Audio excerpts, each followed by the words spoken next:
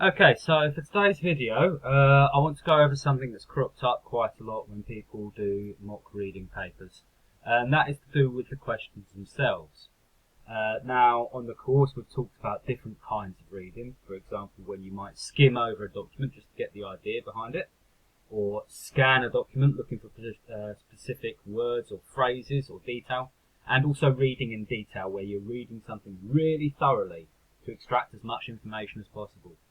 And what isn't immediately obvious is that, frankly, the one part of the examination you absolutely must read in detail is actually the questions. And the reason for this is the questions are often going to ask you to do more than one thing. So you have to go through several different steps to answer them.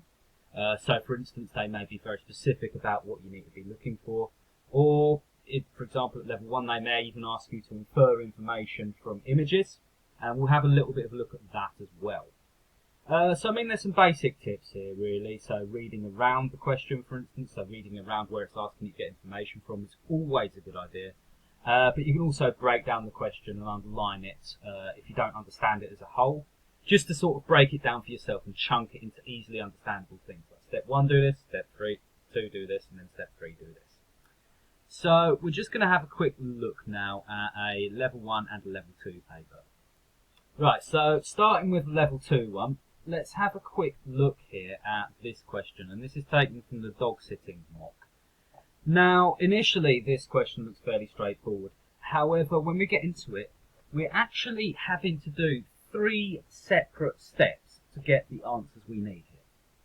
So, right off the bat, I would definitely suggest highlighting this bit here for your attention. So look at the section headed legal matters.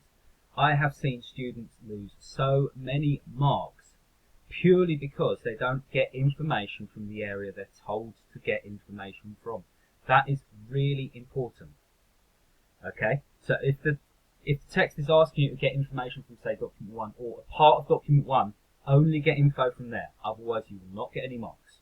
Straight off the bat, you would get 0 marks unless your information came from the section headed legal matters. Now, so that's step 1. So step 1, focus on the given section.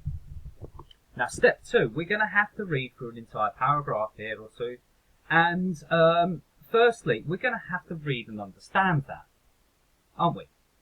I mean, the question itself, I mean, we can infer from the question that it's about insurance and that the writer thinks it's a good idea. But beyond that, we do need to read that section carefully. Okay, so we need to read and understand.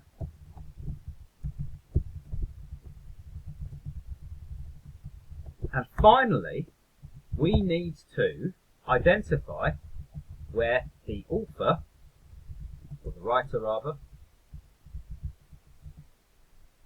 is basically giving us the opinion that he thinks that this is a good idea, that getting insurance is a good idea, okay? That's the right choice.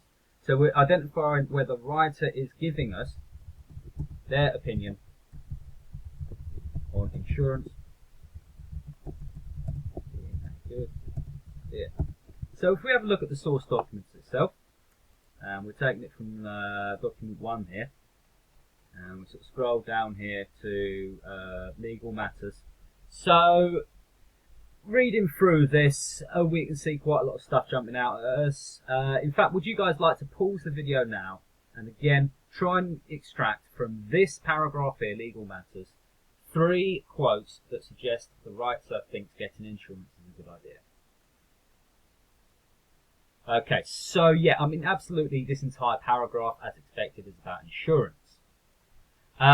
So I'm assuming here that we've read through this and we've understood it, so we've taken it on board. Let's have a quick look about what we've got here. So this first bit here is telling us that we don't have to, but getting business insurance policy gave me peace of mind. Now that word "me" there should jump out at you. This is the author talking here. Okay, so he's telling us that it gave him peace of mind. So instantly, that's one potential thing there that we could put down as an answer, and there are at least 2 more in this section. Now, public liability doesn't give protection if a member of the public becomes injured because of your business. Well, that's just describing what public liability is. Okay, so it's giving us a bit of background here, a bit of fluff, but that's enough. And the same here with the cost varies, but expect at least 100 quid a year. All that is doing is showing us what public liability insurance is. Then we get his opinion again. So he's saying to us, you want to think carefully about this because it is a lot of money to pay up out front. Now that doesn't answer the question. So that section there, about it being a lot of money to pay up front, doesn't answer the question, because if we go back to the question is asking us phrases that suggest he thinks getting insurance is the right idea, and that doesn't. It's actually giving the downside to getting insurance. But then he says, I know I wouldn't want to face a lawsuit if the worst happens. So that does tell us that, yeah, you probably. And again, as we read on, to learn more, check a frequently asked questions page, not particularly useful. Just might help you sleep a bit easier. That's a direct address to us as the reader, and he's talking about sleeping easier, so that suggests again it's a good idea. So now we're going to have a look at the level 1 paper. Okay, so this is a question that is actually quite tricky, really. We're having a look at question 2 here. So 2 layout features. Now, identifying layout features, that is something that you should be absolutely fine with at this point if you're watching revision videos. A layout feature will be something like a headline or images or bullet points, etc., etc., etc. The tricky part of this, and the reason why this is a multiple step question, is that we need to identify layout features, but it's not just that. It's layout features that have been used to help the reader quickly find out what items they need to paint their walls. And there is something we can do here. We can sort of read around this. So actually, our steps change. So step 1, find where the text is telling us what we need to paint walls. And step 2, in that bit, find 2 layout features that help us quickly get the info. Okay, so it's a 2-step question. We'll have a quick look here and see. You'll see one. Okay, so we're looking at document 1 here. Now, how to paint your walls. Now we know that we're looking for equipment here, and fortunately we've got a nice little subheading here. Okay, so do you want to have a quick look around this section here? See what features you can find, what layout features you can find, and feel free to pause the video now.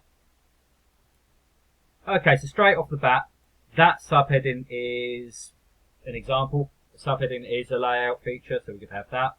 We could also have the fact it's in bold. And we could also have the fact here that we've got bullet points that help us out here. So we can quickly find that info. So there you go. Do remember that they are looking for specific stuff a lot of the time, whether that is a specific layout feature that does a specific job, or whether it's information from a specific part of the text. They are going to be looking for specific stuff across level 1 and level 2. And a quick look here, and this is one of the trickier questions on level 1, so I'm going to sort of quickly go for it. This one in particular I would say is arguably closer to something they'd assess at level 2. I think it's quite a tricky question. There's a reason it's question 20. So in document 2, Nick asks, what did I do wrong? Give 2 steps listed in document 1 that Nick has missed. So step 1 here, find where Nick asks this. Step 2, read around and find out what went wrong. And step 3, compare this, what went wrong to the document 1 to find your answers. So while they can potentially throw a fairly tricky multiple step question at you at level 1, it does tend to be towards the end of the document, thankfully. Of course, level 1 papers can also ask you to infer meaning, so get meaning that's not immediately obvious from pictures or images. And this is an example here. So what do the images in document 2 suggest about painting a wall? And they give you multiple choice one here, which is quite nice. So we've got choice between it being advisable to wear safety goggles, the paint roller being more effective than the brush, painting walls is time consuming and boring, and several coats of paint are needed to cover dark colours. So if we look through here at the the document itself, right, okay, so the 2 main images here, which I'm assuming is the ones they're talking about really. Now they're showing someone painting walls. In one image it's got a sort of paintbrush, and in one image it's got a roller. He doesn't seem particularly bored either. So looking back through our options here, really, I don't think it's suggesting that a paint roller is more effective than a brush. Otherwise, there'd be a bit more about it in the text. I mean, it's not really showing someone really fed up with painting, so I don't think it's C. And again, D, several coats of paint are needed to cover dark colours. Could be D, could be A, but given we've got safety goggles and a mask in full view in both those images, I'm going to be going with A here. So there we go. So remember, questions often need you to do more than one thing to answer them. They might be quite specific about where you need to get that information from, and do make sure you pay attention here. And they may also ask you to infer from images at level 1. It's always a good idea to read around. So whatever you're drawing information from, do have a bit of a read around it. And also, if you're really stuck on one of those questions and you're not entirely sure what they're asking you to do, it can be a good idea to genuinely break it down like I just did, you know? So step 1, step 2, step 3, what am I doing in each step here? It can help you understand the question. So there we go. That's the video on understanding questions and reading them carefully.